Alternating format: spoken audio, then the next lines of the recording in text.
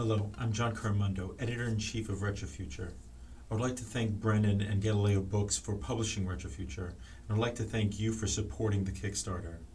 I'm going to read to you the letter from the editor that I wrote from the first issue of Retrofuture, in hopes of sharing my vision for this publication.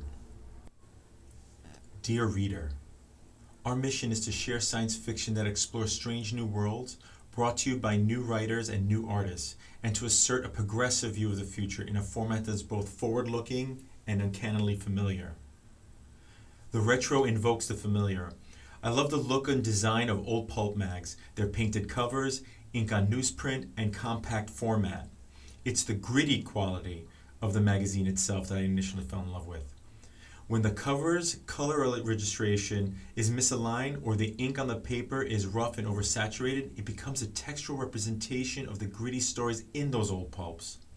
I want to bring the visual aesthetic to every issue of Retrofuture, to let you hold it in your hands and read the words, the images, even the material in your hands. The future suggests the unknown, the unexplored, perhaps yet unimagined. Yet by combining the look of the past with a vision and search for a future, I hope that we might learn from our history.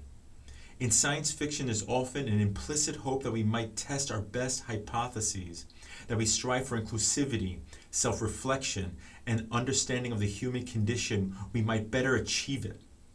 I want to bring together contributors that want to prove a promising hypothesis and undermine toxic ones.